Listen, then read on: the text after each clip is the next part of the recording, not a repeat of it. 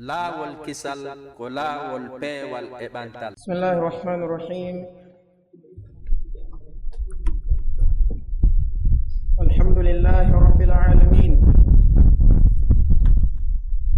Alhamdulillahi hamdan kathiran tayyiban mubarakan fih. Nahmaduhu ta'ala wa nashkuruh. أشهد أن لا إله إلا الله وحده لا شريك له وأشهد أن محمدا عبد الله ورسوله بلغ رسالة ربه وأدى أمانة خالقه ونصح لأمته وجاهد في ربه تبارك وتعالى حق جهاده حتى أتاه اليقين صلى الله عليه وعلى آله وأصحابه وعلى أتباعه بإحسان إلى يوم الدين. وبعد، مستمعي الأكارم، إخوة الأعزاء، أحبتي في الله عز وجل، أحييكم بتحية الإسلام، تحية أهل الجنان في الجنان، قائلا لكم السلام عليكم ورحمة الله وبركاته. وأسأل الله جل وعلا بأسمائه الحسنى وصفاته العلى أن يرزقنا الإخلاص والتوفيق ويجعلنا من الذين يستمعون القول فيتبعون أحسنه. أولئك الذين هداهم الله وأولئك هم أولو الألباب. يتي الله سبحانه وتعالى الله عز وجل هندو يتوري وفدي ميري الله تبارك وتعالى نيمين دو اميدن دندانيغال نيما كو وندو دن امودو وتاوتا على anduɗo ittiri muɗum eno ɗum fotata si wona kanko allahu tabaraka wa ta'ala. Allahu jalla wa ala o waɗi ko ɓuri mawnude, ko ɓuri towude, ko ɓuri teddude e dendagal ɗin nemaji ɗon, ko wiyete ko ni'matul islami, ni'matu sunna, neminede famugol kaɗo dina islamu jaɓaka, e neminede kadi famugol oɗo sunna nelaɗo on sallallahu alayhi wa alihi wa sallam. ɗum woni laawol maɓɓe kamɓe nelaɗo alayhi salatu wassalam, ngol ɓe wurno e hoore muɗum ngol no ɓe rewirno noon allahu tabaraka wa ta'ala e ko ɓe noddi mofte maɓɓe ɗen kon faade e muɗum, faaminede ɗum ɗo, jokkine ɗum ɗo, arsike jaɓugol ɗum ɗo. ɗum ɗo koko ɓuri mawnude e nema ko allahu tabaraka wa ta'ala neminta jiyaɗo makko, jiyaɗo e ɗo mofte muhammad alayhi salatu wassalam. ara en jarnimo kanko allahu jalla wa ala e yettimo e dow oɗo nema khassatan, e dow nemaji luttuɗi ɗin ammatan. yeeso ɗum mi seedike wonde reweteɗo e gonga ala hannuɗo e dewal ngal fotti e makgal sina kanko allahu azza wa jalla goto. seedike wonde nelaɗo on sallallahu alayhi wa alihi wa sallam ko ɓe jiyaɓe makko kanko allahu tabaraka wa ta'ala, ko ɓe nelaɓe makko. Allah subhanahu wa ta'ala ɓeydu mankoɓe makko ɗen e kisangal e dow maɓɓe, e dow kala neɗɗo jiyaɗo e yimɓe nder suudu maɓɓe hara ko gomninɗo, e dow dendanigal sahamaɓe maɓɓe ɓen e kala ñentinɗo laawol ngol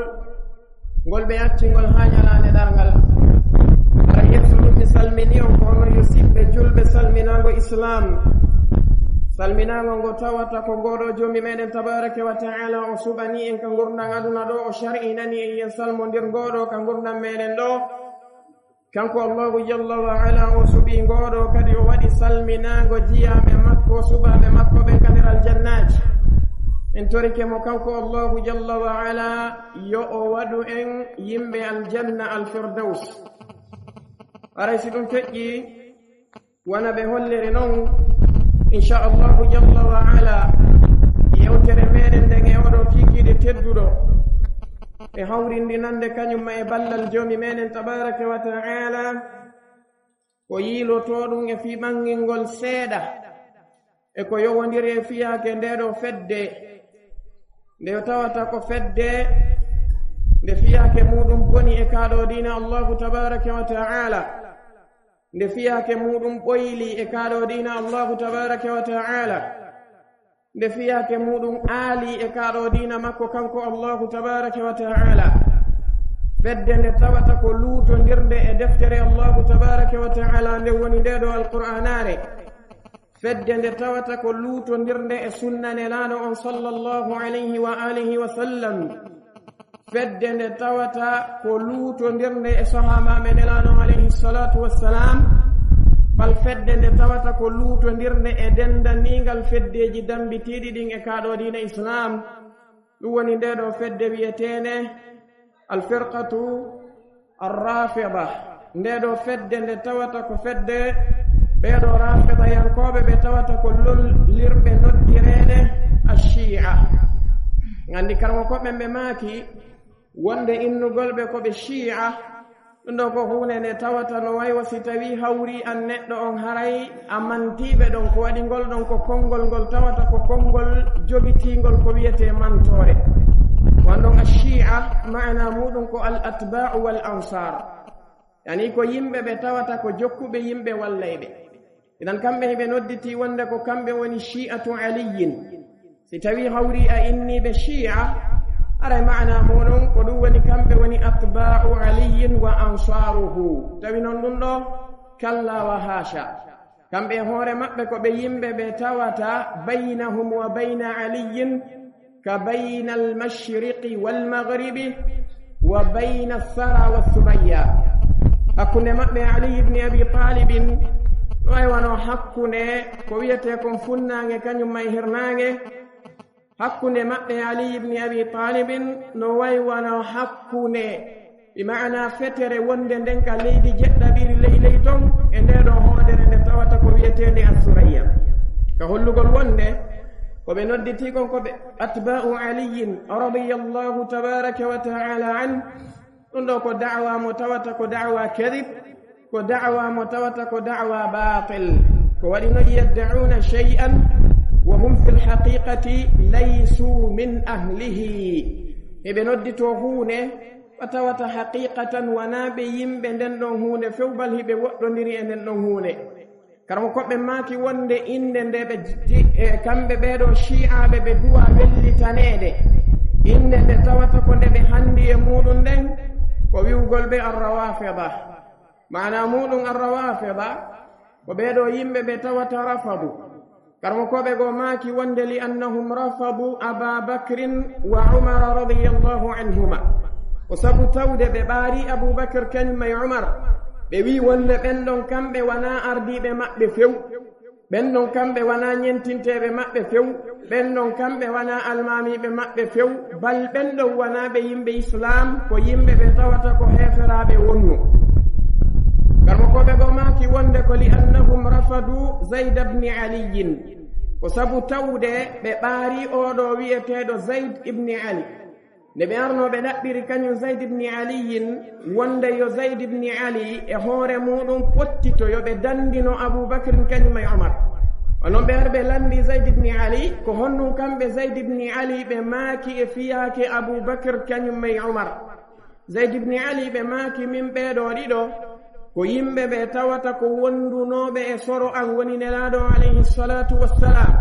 ko wallidirtenoɓe soro an woni nelaɗo alayhi salatu wassalam ɓeeɗo min mi yiɗayɓe ɓeeɗo min mi welday e maɓɓe mi dandinotako e ɓeeɗo mi huɗata ɓeeɗo mi pottitotako ɓeeɗo wa zayd ibni aliyin radiyallahu anhuma ɓe makiri ni on sati kamɓe ɓeeɗo shi'a rafidayankoɓe ɓe inni idan narfuduka ayi ɓawti ɗum ɗo ɓa a salike ɓarande men a salike tertade aboubacry umar a salike konnagol ɓeeɗo e añugol ɓeeɗo e huɗugol ɓeeɗo e woɗɗitagol ɓeeɗo wa haray menen kadi e hoore amen min ɓaarima min waɗima sera haaju amen ala e ma few ammen kontatama e almamiɓe ɓen karmo koɓe go maaki ko sabu ɗum ɗo woni koɓe wiira arrawafida ɓeɗo ko fedde nde tawata la shakka no karmo koɓɓe makiri noon no cheikh l'islam ibn taymiyata ɓe makiri noon en aroya yiwde makuji maɓɓe ni inchallahu azza wa jal ɓe maaki dendaningal feddeji ɗi tawata ko dambitiɗi ɗin e kaaɗo diina islamu ɗi dendangal majji foti noon ko khawarij walla ko jahmiya ma ko mu'tazila ma ko asha'ira e ko nandi e sifa ɓeɗo fof ɓe maaki dendaningal feddeji dambitiɗi ɗin e islam ko ɓuri bonde e maɓɓe e ko ɓuri majjude e maɓɓe e ko ɓuri ɓoylade e maɓɓe e ko ɓuri kaanude e maɓɓe dewe ko ɓeeɗo wiyeteɓe arrawafida ɗum woni ɓeeɗo noddirteɓe shi'a ɓe tawata ko wonɓe e nodditorde wonde ko kamɓe woni ahlul bayt tawi ɗum ɗo nodditagol maɓɓe wonde ko kamɓe woni ahlul bayt ɗum ɗo in dalla innama yadullu ala idami jahlihim wa kibari dalalatihim ɗum ɗon si tawi hawri tindinay ko tindinta ko mawnugol majjere maɓɓe nden kañumma e mawnugol selugol maɓɓe laawol allahu tabaraka wa taala ngol laawol nelaaɗo alayhi salatu wassalam waɗi en fof iɗen anndi hiɓe sali yo yumma meɗe aishata radiallahu anha yo ɓe jeye min ahli beyt rasuli sallllahu alayhi wa sallam hiɓe sali yo yumma meɗen hafsata radiallahu anha yo ɓe jeye min ahli beyt rasuli sallllahu alayhi wa sallam hiɓe sali yo yumma meɗen ummu salama jeye e ɓenguure nelaaɗo alayhi salatu wassalam tele ɓeeɗo fof ko sonnaɓe nelaaɗo alayhi salatu wassalamu wonno kamɓe ɓe daro hannde ka ɓe woni ɗon e leyɗe sertuɗe ɗen tawa hiɓe nodditade wonde kamɓe ko ɓe jeyaɓe e min ahli baytihi sallllahu alayhi wa alihi wa sallam onno ɓe yaltinirta sonnaɓe nelaaɗo alayhi salatu wassalam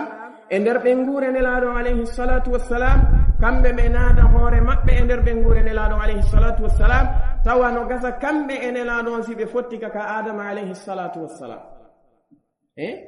ono ɗum ɗo wawata gasirde tele allahu tabaraka wa taala tigi no noddiri ɓengu neɗɗanke on o wimo ahluhu allahu jalla wa ala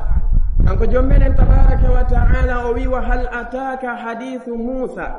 id ra'a naran faqala li ahlihim kuthu inni anastu nara annabi musa alayhi salatu wassalam ɓe wonduno e oɗo sonnajo maɓɓe eɓe wonduno e dambe maɓɓe ɗe nde ɓe iwayno madiyana ɓe rutto misra kamɓe annabi musa alayhi salatu wassalamu tawi ko jemma ɓe woni e seenorde kamɓe annabi musa alayhi salatu wassalam ɓe hawrodiri e niwre nden tawi jaagol waɗi kadi moƴƴa ɓe majji laawol ngol ɓe wondi e sonnajo maɓɓe on fa qala li ahlihi ɓe maakani on ɗon sonnajo maɓɓe fa qala li ahlihi ay fa qala li zawjatihi hay kamɓe shi'a arrawafida no woodi e karmokoɓe maɓɓe tafsir ɓe tawata ka ɓe tafsirata ɗum ɗon noon fa qala li ahlihi ko ɓe wi ko fa qala li zawjatihi o wiyami sonnajo makko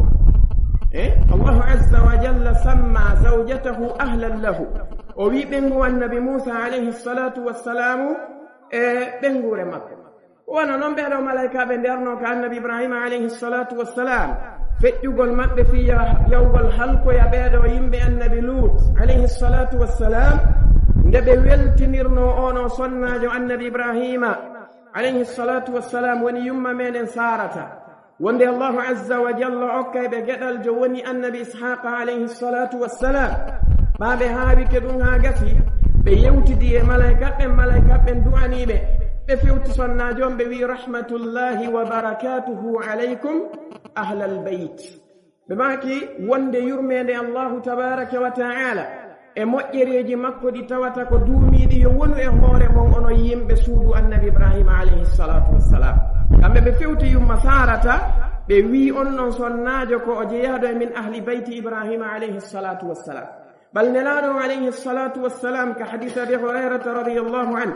kaɓe janni en ɗon du'a mo neɗɗo on du'oto on kanko neɗɗo on so ara e sonnajo makko on e balɗi akramakumullah kamɓe nelaɗo alayhi salatu wassalam ɓe maki law anna ahadakum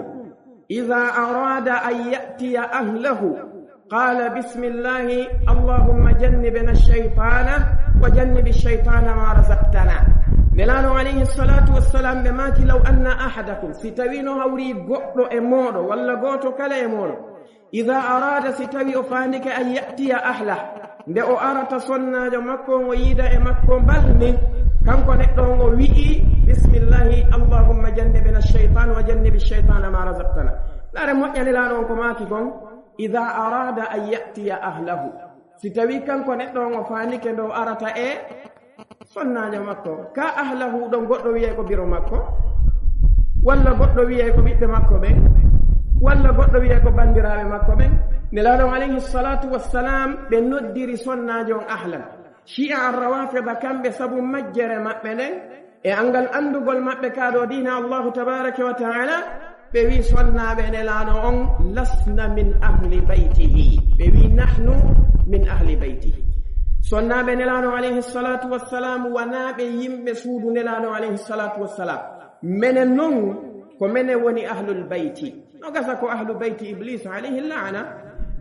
la ahla bayti rasuli sallallahu alayhi wa sallam albuyutu kathira cuuɗiɗi no ɗuuɗi moƴƴa الله عز وجل له بيوت والنبي صلى الله عليه وسلم كان له بيوت كذلك إبليس عليه اللعنة قد ودي ستوي هوري نتنون نهاني واتدي لمؤيا فيها كبيرو بتواتك الشيعة الروافض أنا ننكو يوبي دندوكم كو أقوال علماء الإسلام في الشيعة الرافضة بمعنى كو كونغو دي بيدو كرمو كو بإسلام ko honnum ɓe wowli e fii nde ɗo fedde nde tawata ko fedde wiyetene nen shi'a arrafida ɗin noon konguɗi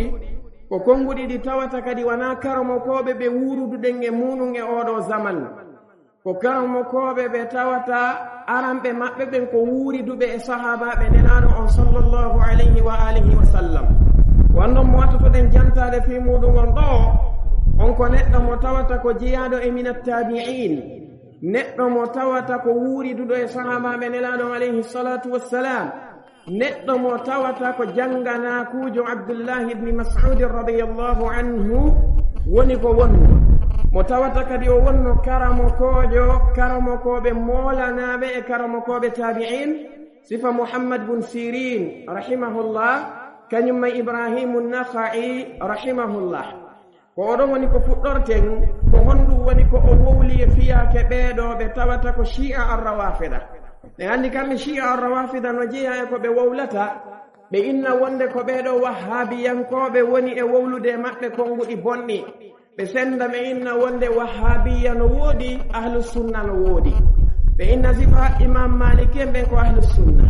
sifa imam ahmadi en ko ahlusunna sifa imam abou hanifa en ko ahlusunna sifa imamu shafi'i en ko ahlus sunna imamu al-bukhari en ko ahlus sunna ɓen amma wahhabiya sabu kadi faaɗugol haqqille maɓɓe ɗen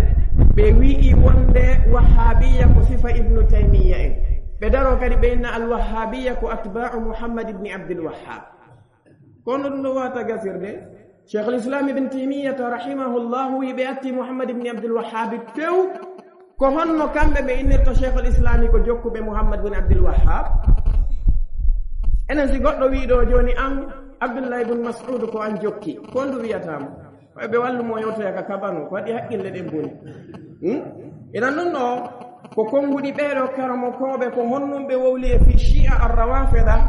fiyen faamu anden wona gila cheikh muhammad bun abdulwahhab woni ko tuundi ɓeeɗo ndin fuɗɗa feññinede wona gila fewndo cheikh muhammad bun abdulwahhab woni ko soɓe maɓɓe ɗen fuɗɗa yaltinede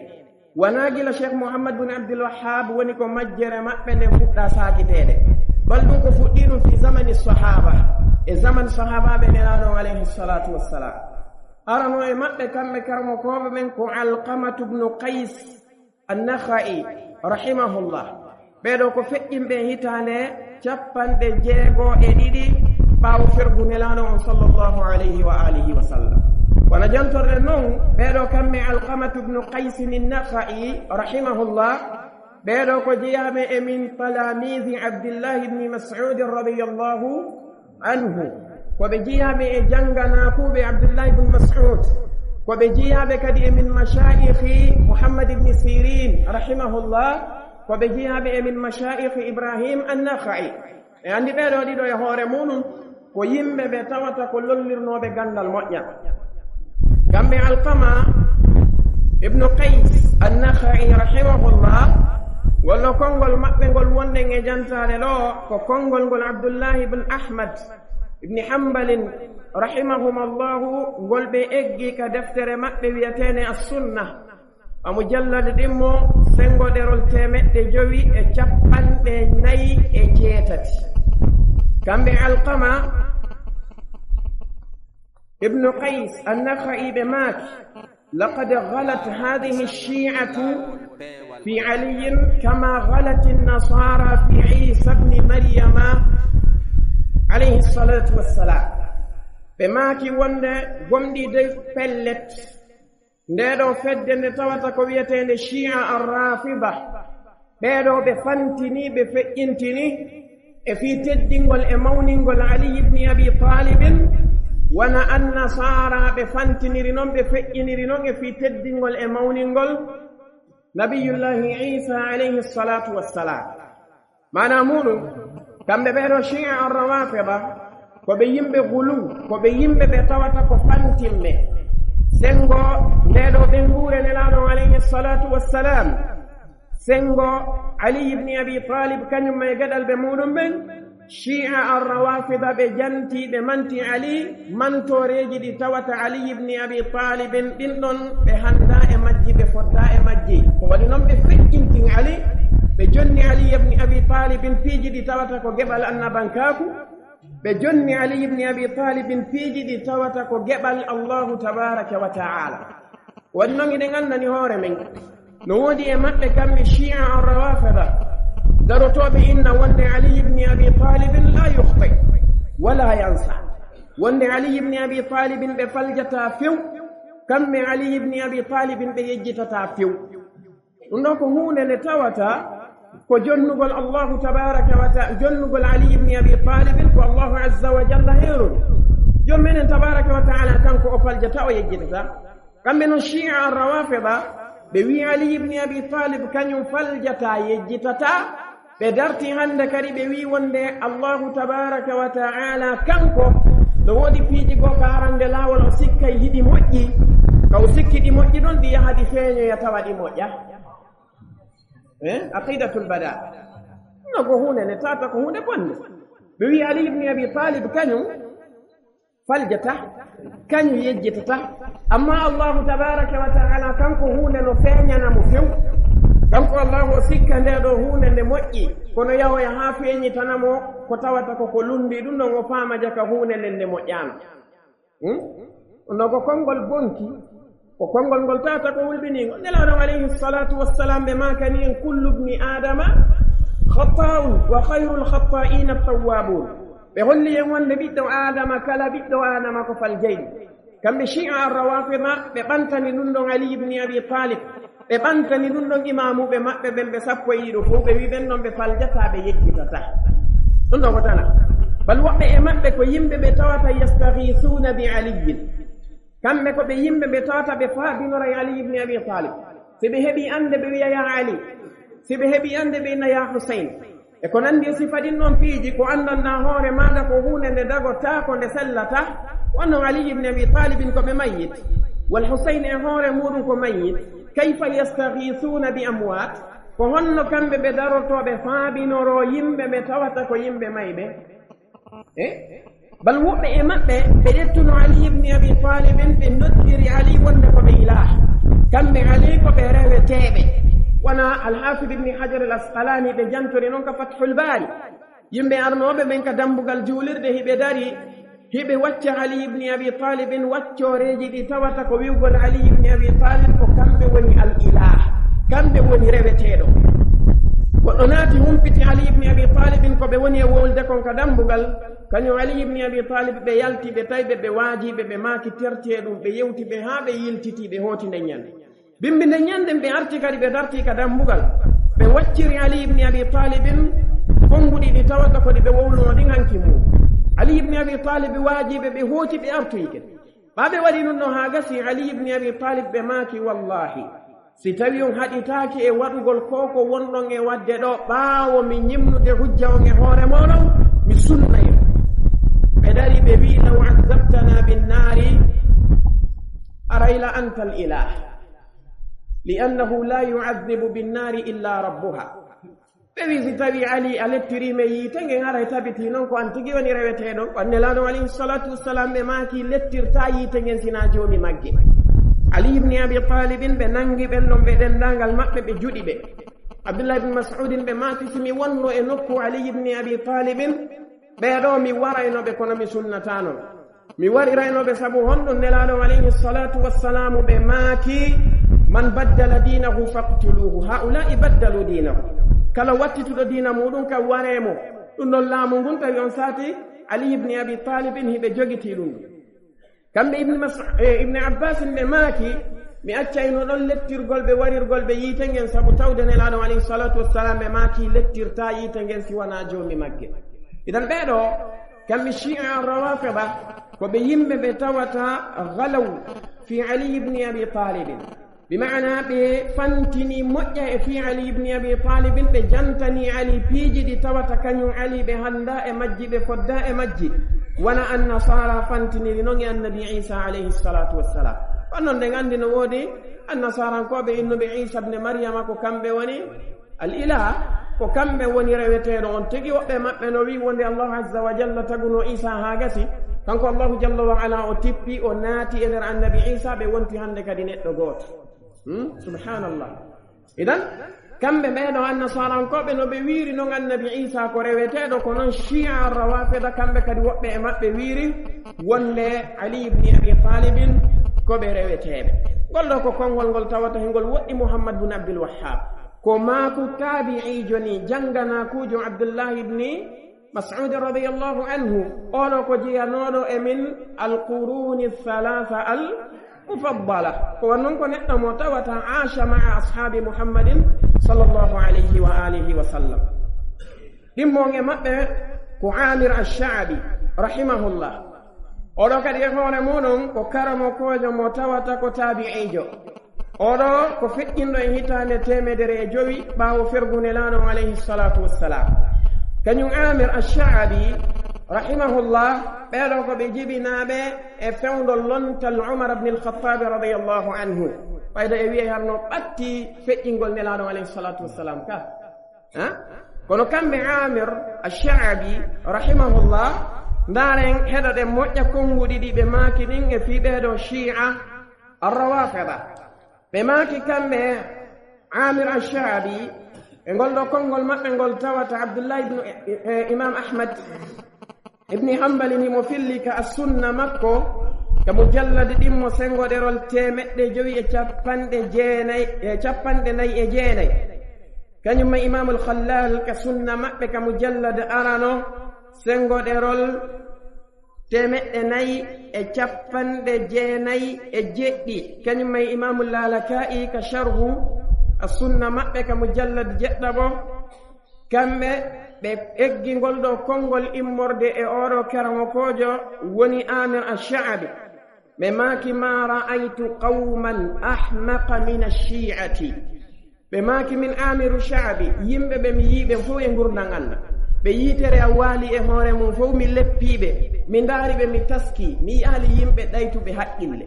yimɓe faaɗuɓe haqqille yimɓe jofooɓe haa hewtiti shi'a ar-rawafida oɗo ko tabi'ijo woni maakude wuuri duɗo e sahabaɓe nelaɗo alayhi salatu wassalam konngol makko ɗimmol ko konngol ngol abdullah ibn ahmad ɓe janti haynka sunna maɓɓe ka mujallad ɗimmo sengoɗerol 448 kamɓe imamu sha'bi ɓe maaki nadartu fi hadihi al ahwa'i wa kallamtu ahlaha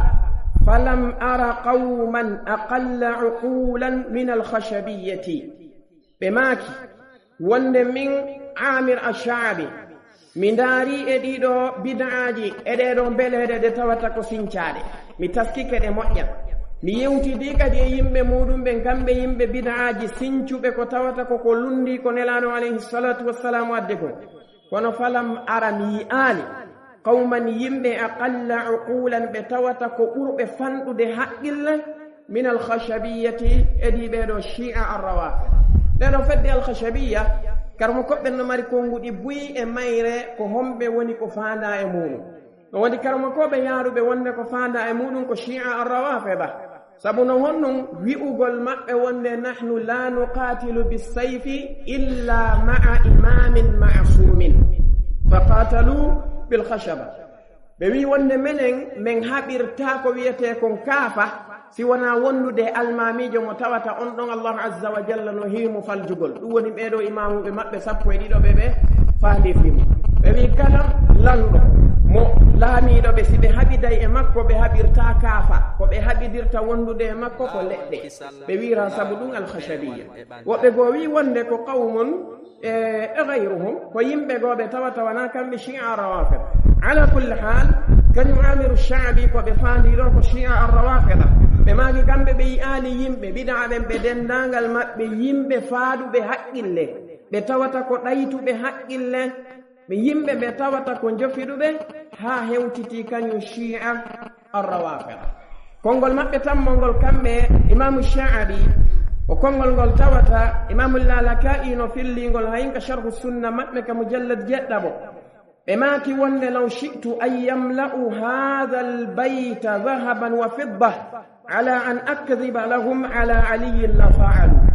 wa kana yaqulu law kanat ash-shi'atu min at-tayri lakanu rakhaman walaw kanu min ad-dawabi lakanu humran kamɓe imamu sha'bi ɓe maaki wonde si tawi hawri mi daranike shi'a mi inni ndu suudu an ɗo ndu ɓe wonno e muɗum ɗum mi wi'iɓe yo ɓe hebbinanan ndu kaŋŋe e haalisi mi heɓano mi fenirana ɓe fi ali ibni abi talibin mi fena mi manta ali ɓe waɗe sabu honɗum ko yimɓe yiɗuɓe fenande diina maɓɓe kan taw ko mahika e hoore alkadib wal khiyana ko wiyete kon fenande kañumma e jamfa si tawi hawri mi landike ɓe kamɓe shi'a mi wiɓe miɗo faala yon hebbinanan ndu suudu an ɗo tew kaŋŋe e haalisi mi fena mi wacca ali ibni abi talibin ko tawatale ali handa e muɗum ɓe maaki la fa'alu kamɓe shi'a ɓe waɗayno ɓe gayni ɓe maaki law kanat ash-shi'atu min at-tayri si tawino allahu taguno shi'a o waɗi ɓe leƴƴi colli ɗin lakanu rakhaman ɓe laatoto no nduɗo sondu wiyetendu rakham ɗuɗo ko sondu ndu tawata ko sondu marngu leeɓi daneeji yeeso mayru on ko yeeso margo none nete couleur jaune sondu ndu andanɗa hoore maɗa fiyake mayru e fiyakuji colli luttuɗi ɗi no serti few madama kamɓe shi'a arrawafida e yimɓe luttuɓe ɓen hiɓe serti imam ash-sha'bi ɓe maakisi ɓe jeyano e colli ɗin ɓe wonayno kadi sondu ndu tawata ko selindindu e colli luttuɗi ɗi naaɗi laawi gooti wonaɗi aadaji gooti ɓe maaki walaw kanu min ad-dawabi si tawi ɓe laatino e daabeji ɗin kulle yareɗe koyɗe nayije ɗen ɓe maaki la kanu humran ɓe wonayno babbi hara ko e daabeji ɗin allahu azza wa jalla waɗunoɓe kamɓe shi'a rawafida wattanoɓe ngeloba wattanoɓe nagge wattanoɓe mbeewa wattanoɓe baali wattanoɓe bareeru lakanu humran ɓe wonayno babbi ko tabi'ijo woni ɓe sifade na muhammad bin abdul wahhab ni dey wona cheikh al-islam ibn taymiya kadi ni dey wona imam ibn qayyim al-jawziya kadi ni dey oɗo ko tabi'ijo wuridunoɗo e sahabaɓe nelano on sallallahu alayhi wa sallam tammoge maɓɓe ko talhatu ibnu musarraf oɗo rahimahullah ko karamo kojo mo tawata ko feƴƴinnoɗo e hitande 100 ɓaawo fergu nelano on sallallahu alayhi wa sallam e imam ibne battah rahimahullahu ɓe filli ka ibana sugra maɓɓe sengoɗerol 160 konngol ngol tawata ko ittangol e oɗo karamo kojo talhatu ibnu musarraf ɓe maaki wonde arrafidatu la tunkahu nisa'uhum wala tu'kalu dhaba'ihuhum li'annahum ahlu riddatin nane moƴƴa de oɗo le hoore muɗum ko neɗɗo mo tata ko jeyaɗo e min attabi'in wono o wi wonde rafidayankoɓɓe sonnaɓe maɓɓe ɓe resatake madama hiɓe lutti e ngol laawol ɗon e shi'a yagal ngal yennugol sahabaɓe nelaɗon heferɗinaɓe wiya qur'ana no ɗuyti fenna hadisaje selluɗe ɗen fefindo hadisaje bonɗe watta ɗon daro barkinora ali ibni abi talibin faabinora ali faabinora husain e ko nandi sifaɗin turukuji maɓɓe ɓe maaki rewɓe maɓɓe ɓen ɓe resatake neɗɗo mo tawata ko neɗɗo gomɗinɗo julɗo hanaɓe resude wala tukalu dhaba'ihuhum ɓe maaki kirse maɓɓe ɗen kadi si ɓe hirsi ñamataki si al yahudankejo hirsi ñameta si an nasarankejo hirsi ñameta jom menen tabaraka wa taala wi wa ta'amu alladhina utul kitaba hillun lakum abdullah ibn abbas ɓe maaki almuradu bi ta'amihim fil aya ko dhabihatuhum o kirse maɓɓe ɗe yahude e nasara so yirsi ñaamete nelaɗo alayhi salatu wassalam sonnajo mo tawata ko sonnajo yahudiyankejo o fewno o addannoɓe o hirsuno o addaniɓe dammolngol haa gasi kamɓe nelaɗo alayhi salatu wassalam ɓe maɗɗino tawi himo waɗi poson e muɗum si tawi hawri kirse makko ɗen dagotano ko ɓe ñamayno ɓe ñamata oɗo karmakojo o maaki wonde shi'ajo so yirsi ñamatake fi honɗum o wini annahum ahlu riddatin kanko ka makko koɓe yimɓe yarton yimɓe yaltuɓe islamu fiw yimɓe ɓe tawata ko yarton yimɓe murtuɓe ɓe tawata ko yaltuɓe islamu fiw nayamoge maɓɓe wal imam abu hanifata rahimahullah ko ɓeɗo ɓe wi ahlu sunna gol wonde ahlu sunna no famodire ko wahhabiya woni famodirtake abu hanifata rahimahullah ɓeɗo ɓe tawata ko goto e ɓeɗo karamokoɓe ɗiɗo mazhabuji kamɓe imam abu hanifata ko ɓe feƴƴinɓe e hitande 150 hijiriya no jeehay ko filla e maɓɓe e ndeɗo deftere wiyetende al intiqa'u fi fadaili althalatha ay althalasati al a'imma al fuqaha ka ɗerol 153 kamɓe abu hanifata ɓe maaki aljama'atu ay jama'atu almuslimin an tufaddila aba bakrin wa umara wa aliyan wa uthmana wala tantaqisa ahadan min ashabi rasulillahi sallallahu alayhi wa alihi wa sallam ɓe holli wonde jama julɓe ɓen ɓeɗo wiyeteɓe ko julɓe kamɓe ko ɓe fottani wonde ko ya ɓurnu ɓeɗo sahamaɓe nayo aboubacrin umar ali e ousmane e yiɓe jantike aboubacre ka arande lawol ɓe janti umar ka arande lawol amma ousmane kañum may ali abou hanifa ɓe atti ɓe janti ali si ɓe janti ousmane ɓe gandi ka sengol on tagol ahli sunnati wal jamaa fof no fotti wonde tartibe maɓɓe on ko aboubacrin summa umar summa ousmane summa ali ko wannon nelaɗo alayhi salatu wassalamu ɓe maki ummati la tajtamiu ala balala ɓe maki mofte ande nde momodirta e hoore majjere si mofte nelaɗo alayhi salatu wassalamu no wowlede man awwaluhum kon boni arano maɓɓe to assahaba ka idan ijma'u as-sahaba hal yajtami'u as-sahabatu ala balala la idan sahaba ɓen no ɓe fottiri noon kamɓe ɓeeɗo no ɓe ardi noon ka ardagol ɗum noon ko hunde nde tawata ko ijma'an bayna as-salaf ɗum ɗo si tawi neɗɗo on londike ɗum no yaltinamo e min tariqati ahli sunnati wal jamaa amma min baabi al-fadl ka sengo ɓural no fotta wonde ko aboubacry fotta yeesoɗo umar amma noon hakkunde ali kañum may uthman cheikh l'islam ibn taymiyata rahimahullahu ɓe maaki salaf no mari konguɗi tati e mum ɗo woodi yaaruɓe ɓe tawata ɓen ɗon faddalu uthmana ala aliyin kamɓe ɓe ɓurni uthmane e ɗum ali woɓɓe ko e maɓɓe kamɓe faddalu aliyan ala uthman ɓe ɓurni ali e dow uthman woɓɓe go kamɓe tawaqqafu kamɓe ɓe darti ɓe ɓurnali hay e gooto e dow oɗa lakin jumhuru salaf jumhur mana ɓurɓe ɗuɗude ɓen e salaf kamɓe ko ɓe yaari ko bi tafdili uthmana ala aliyin koye uthman waɗe sengo dow ali ibne abi talib ana cheikh usamin ɓe makiri noon wonde hikma allahu tabaraka wa taala on kanko allahu jalla wa ala o watta e nder sahabaɓe muhammad ɓe alayhi salatu wassalam goɗɗo go ardo e hoore mo tawata oɗa no ɓuri mo moƴƴude ka allahu tabaraka wa taala ɓe maki idan uthman afdalu min aliyin radiallahu anhuma ɓe maki kamɓe imam abu hanifa wonde julɓe ɓe fof ko fotti wonde la tantaqisa ahadan min ashabi rasulillahi sallllahu alayhi wa sallam wata yawito wata fanɗin wata jaasin hay e gooto e sahabaɓe nelaɗon alayhi salatu wassalam ɗum ɗo ko pottal julɓe ɓe ko homɓe sali ɗum ko shi'a arrawafida kañum e khawarij ɓeɗo ɗiɗo kamɓe hiɓe sali ɗum ɗum few shi'a arrawafida kamɓe ɓe wi sahabaɓe nelaɗo o fop maɓɓe ɓe hefirɗuno ɓaawo nelaɗo alayhi salatu wassalam siwana aliyin wa ahluhu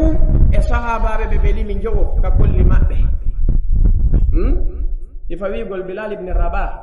عمار بن ياسر كان يوم مقداد بن الأسود كان يوم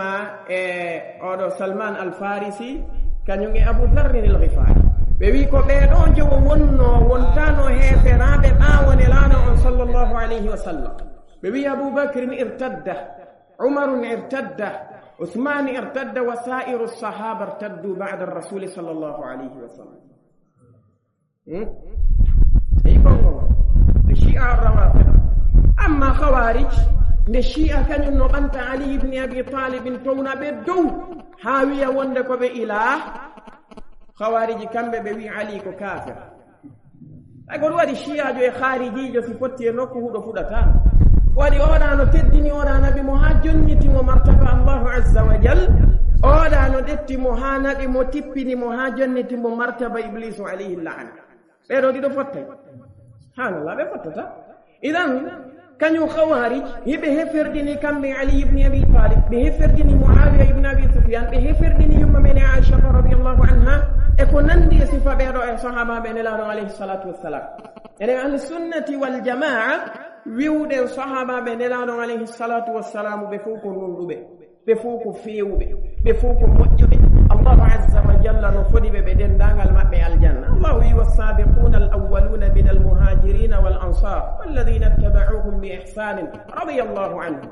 ورضوا عنه وأعد لهم جنات تجري تحتها الأنهار الله عز وجل يخبرنا بأنه قد رضي عنهم الله هم بتربون كم كأولا ما بينهم هبو أرتاي ببا وتا كم بكو بهدو بين ولاني سيبوي wo huɗaɗo ko neɓuɗamo haɗude wo koko haɗa kongo watta ko neɓuɗamo haɗude wo koko haɗa kongo watta sina ɗum allahu mantata goɗɗo ha o wiya mi weltanike mo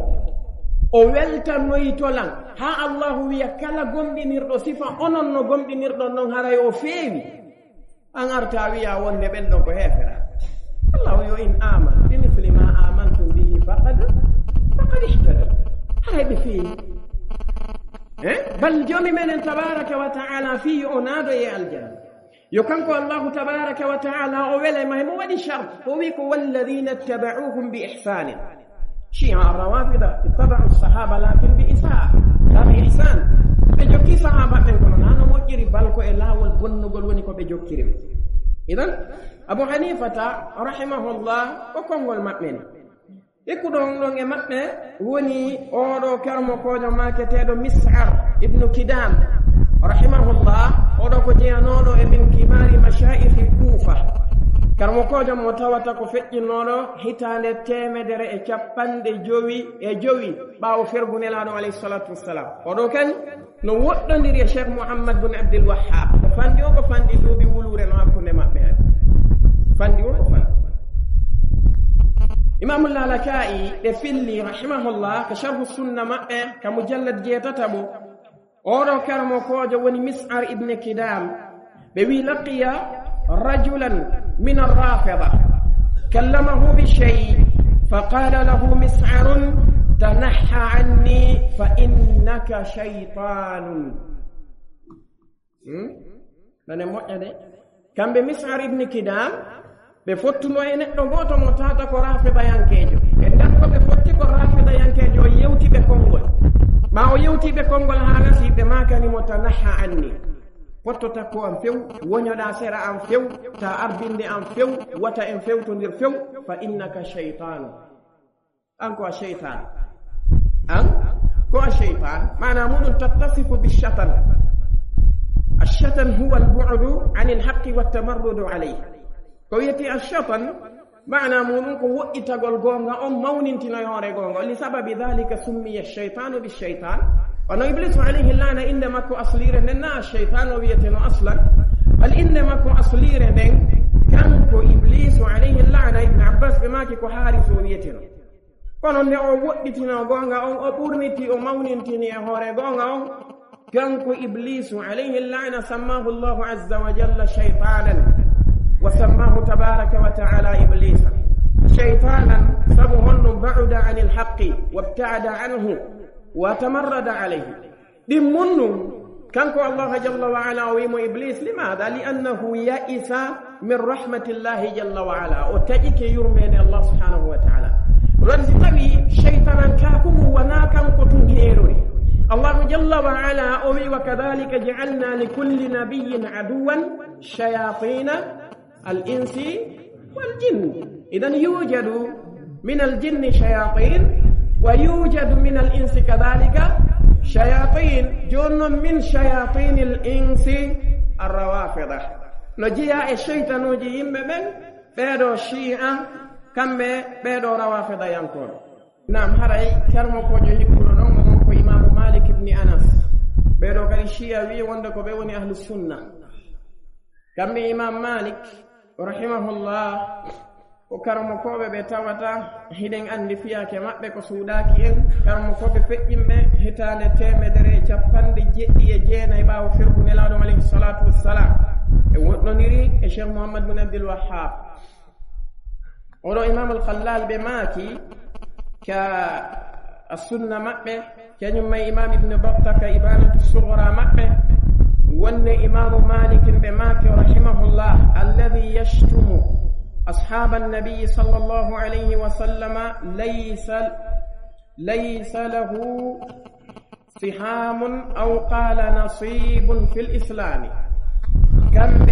إمام مالك بماك نحن متوتك ينو وصحابة من الآدم عليه الصلاة والسلام صفك الشيعة والتكو ondon ko neɗɗo mo tawata o ala geɓal e kaɗo diina Allahu tabaraka wa ta'ala neɗɗo mo tawata kanko yenneteɓe makko ɓe ko sahabaɓe nelaɗo alayhi salatu wassalam ko neɗɗo mo tawata o ala geɓal e kaaɗo diina islam e ɗum ɗo ko hunde nde tawata ko tabitunde imam Malik imamul Khallal no filli ɗum ka mujallad arano a sunna maɓɓe kadalika imam ibne Battah kadi no janti ɗum ka ibanatu sughra sengoderol 152 imamul Lalaka'i ɓe filli ko itta e imam Malik rahimahullah ɗum kadi no tabiti ka sharhu usul i'tiqadi ahli sunnati wal jama'a mo imamul Lalaka'i ɓe waɗi on ka mujallad jeɗɗam kamɓe imam Malik ɓe maki man sabba ashaba rasulillahi sallallahu alayhi wa sallam falaysa lahu fil fay'i haqq يقول الله عز وجل للفقراء المهاجرين الذين أخرجوا من ديارهم وأموالهم يبتغون فضلا من الله ورضوانا الآية هؤلاء أصحاب رسول الله صلى الله عليه وسلم الذين هاجروا معه ثم قال والذين تبوأوا الدار والإيمان الآية هؤلاء الأنصار ثم قال والذين جاءوا من بعدهم يقولون ربنا اغفر لنا ولإخواننا الذين سبقونا بالإيمان الآية فالفيء لهؤلاء الثلاثة فمن سب أصحاب رسول الله صلى الله عليه وسلم فليس من هؤلاء الثلاثة ولا حق له في الفيء إمام مالك بهولي وني نيدو جودي بيتني الفيء بتوتا بمعنى بيدو جلب بيي بتويي يمبه بتوتا كو أيبه بوني هابو دبن بهوتي تنبن جبلك حند كاري بهابي دالي مابه كو وري فانو دبن جبلك بهندك جولة مقبلين قدوية الفي نيدو نون جودي الله عز وجل نسندي هندتو بن مرب جبل امون كانكو الله تبارك وتعالى نجيا بأجنتي بيدون المهاجرون يونو كغاليجي مودو بفري بسيني مدينة دندو دينا مكة نجيا بأجنتي بيدون الأنصار تاكم بمدينة ويرنو بيدو فروبه نجيا بأجنتي ووي والذين جاءوا من بعدهم يقولون ربنا اغفر لنا ولإخواننا الذين سبقونا بالإيمان أي بمعنى يدعون الله عز وجل لهم ويستغفرون لهم بأرتب ما هم بتاتا بدعاء وصحابة بتورانو بكدياف يك الله تبارك وتعالى إمام مالك بماكي كبيرو تمري كويته جبل إفي كلام تاوتا كوينو وصحابة بنلانو عليه الصلاة والسلام وجياك إبيدو تاتو جنو neɗɗo si malete ko be o jiye e ɓeeɗo tato si o malete mofti muhammadin alayhi salatu wassalam imma an takuna min almuhajirin wa imma an takuna min alansar walla takun min alladina ja'u min ba'dihim yastaghfiruna lahum wa yad'una allaha azza wa jalla lahum jonon si tawi an neɗɗo nga jiyaka e ɓeeɗo haray ange malore nden on sortonire رجم من عائشة رضي الله عنها بماك أمير أن يستغفروا لأصحاب رسول الله صلى الله عليه وسلم فسبوه إن الشيعة الروافضة بيميراما يبدروا بتورنوا صحابة بلالانو يافيك الله بودالدون بداري بينبه الله عز وجل يمير به وند يبتورنوا بيافي بينبه ننكو هنو كشبيهة اليهود عند يهود الله عز وجل يونبه وند يبناتر اندر ليدنين سار نبناتا تيمودن بناتا توكو بنايبه بدرو كريب وي حتة الله يغفر لكم خطايا ونقول بوري فبدل الذين ظلموا قولا غير الذي قيل لهم كم اليهود باب هوتي hiɓe yoɓe naatir kas dambugal saare ɓe naatata wa hiɓe uggini ɓe naayi ɓe ari ɓe dirbori ɓe dirbi ɓe jooɗi ɓe fofi ɓe naati e nder saare nden e hoore ɗum ɗo ɓe wi hittatun ɓe wi hintatun min sha'ira hano minen andi shia arrawafida ko ɓiɓɓe yahudu ko ɓe nande ndiya rewta ilo kamɓe alyahudu ɓe wayli ko allahu yamiri ɓe ko shia arrawafida kamɓe kadi ɓe wayli allahu wi ɓe torane ɓe yaafuye ɓe yenni ɓe ina noon no ko hunde nde tawata ko nde tana molanaɗo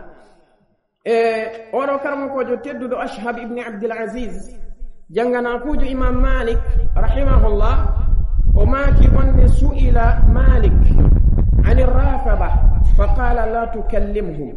ولا تروي عنهم فإنهم يكذبون ذكره شيخ الإسلام ابن تيمية في منهاج السنة ورو طالباج إمام مالك وماكي من يندق إمام مالك لندن في شيعة الروافض هذا كون وسيد من مأمه كون وني أهل السنة إمام مالك كون وسيد من مأمه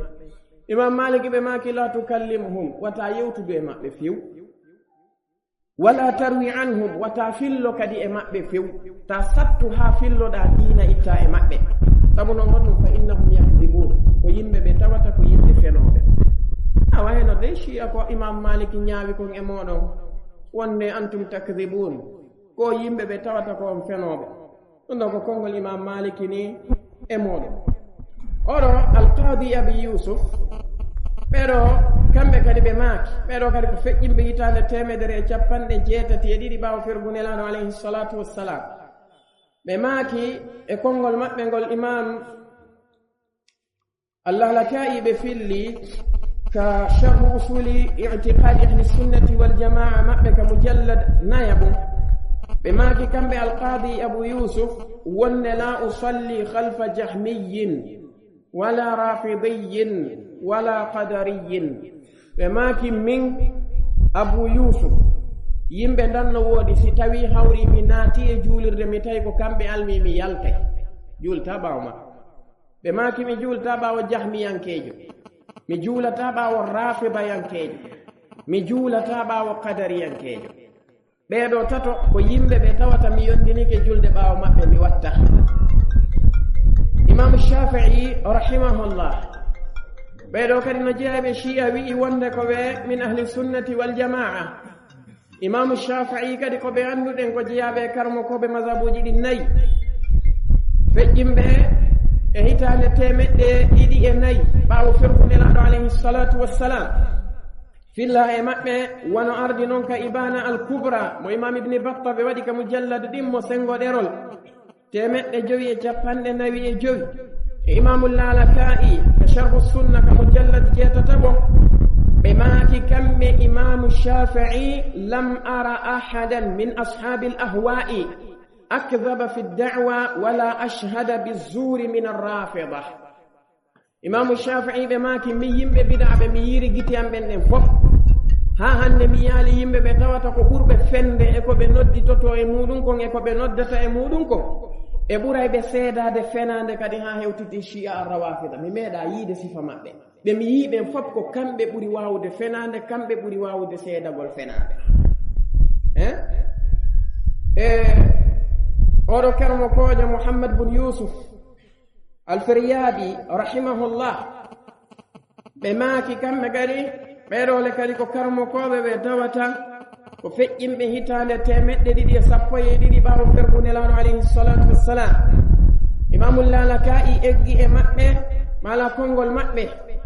ka sharhu i'tiqadi ahli sunna maɓɓe ka mujallad 7 ɓe maaki ma ara arrafidata waljahmiyata illa zanadiqa.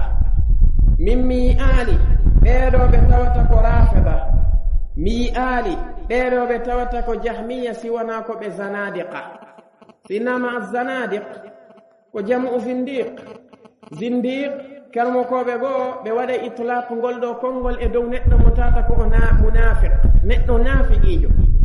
woɓɓe goo waɗa itlaq ɗum ɗo e hoore neɗɗo mo tawata ko neɗɗo mo andanɗa hoore maɗa ko insanu mulhid, neɗɗo mo tawata ko neɗɗo oñiɗo e laawol ngol few dariɗo wi wonde gurdanɗan lannata ko ɓeeɗo no maaya woɓɓe goo arta. ala kulli hal ɓeeɗo ko ɓe jantiɗo ɓe sifi kañum shi'a arrawafida wonde ko ɓe yimɓe ɓe tawata ko ɓe yimɓe nafiqiɓe ɓe tawata wana wonɓe e laawol nelaɗo alayhi salatu wassalam.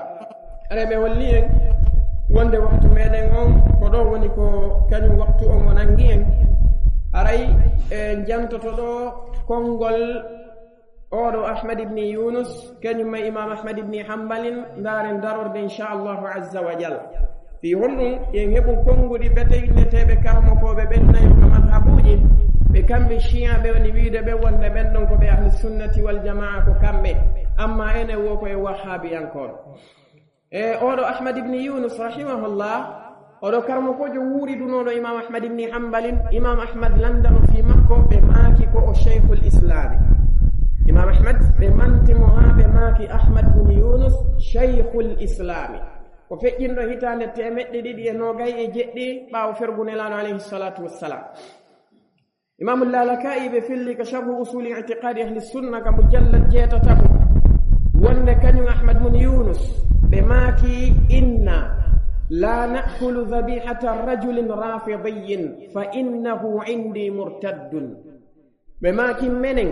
min ñaamata ko wiyete kon kirse neɗɗo mo tawata ko rafidayankejo. woni noon min ko mi jogiti kala rafidayankejo ko yartunginɗo mo tawata ko yaltuɗo islam.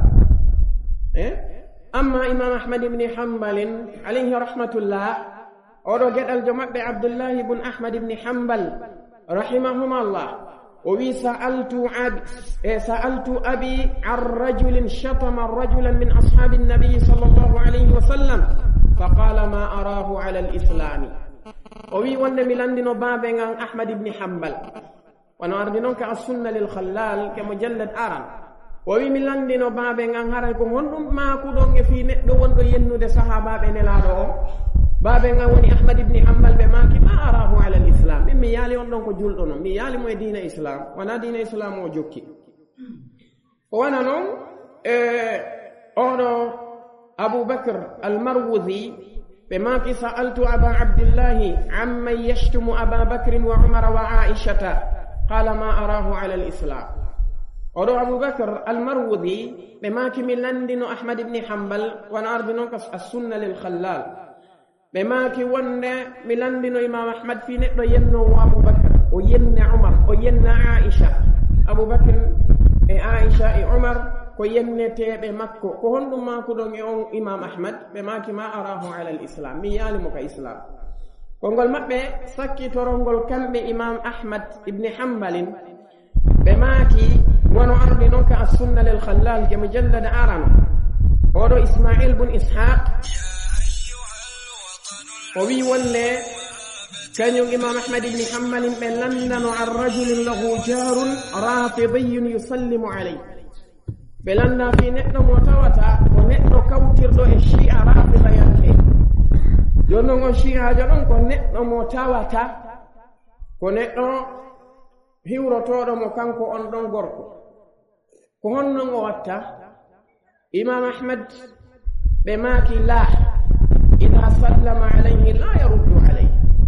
si tawi shi'ajo on salminimo wi'imo assalamu aleykum wa rahmatullah wata o jaabitomo wa alaykum assalamu wa rahmatullah. awano konngol ahli sunnati wal jamaa ko ɓeeɗo wiyete imamu ahli sunnati wal jamaa. idan haray sunno ko yoga e konguɗi kañum karmokoɓe ko yooɓiɗen ɗo tawi ko konguɗi ɗuuɗuɗi no ala kulli hal inchallahu azza wa jalla e ndaaroya e makanu goo ka tawata en jantoto ɗiɗi dendagal majji wona konguɗi imamul boukhari en e ko nandi e maɓɓe ko ɓe janti fi muɗum waɗi kamɓe imamul boukhari ɓe maagi kamɓe si ɓe juuli ɓawo yahudankejo e si ɓe juuli ɓawo rafidayankejo fof ko gootum wonani ɓe si tawi yahudiyankejo darniɓe juuli ma rafidayankejo darniɓe juuli ɓawo makko fof ko gootum wonani ɓe ko ɗum kamɓe kadi ɓe maaki wonde chi'a rafidayankoɓɓen haray koɓe yimɓe ɓe tawata ko hanaɓe woɗɗitede hattirde woɗɗitagol wona ardi noon ka deftere maɓɓe halqu af'ali l'ibad lil imami al boukhari alayhi rahmatullah aray en daaray ɗo darde sabu tawde sa'a o ko sa'a mo tawata ko happaɗo hada wa billahi tawfiq sallallahu sallama wa baraka ala nabiyina muhammad wa ala alihi wa ashabihi ajma'in wa akhiru da'wana alhamdulillahi rabbil alamin assalamu alaykum wa rahmatullahi wa barakatuh. laawol kisal ko laawol peewal e ɓantal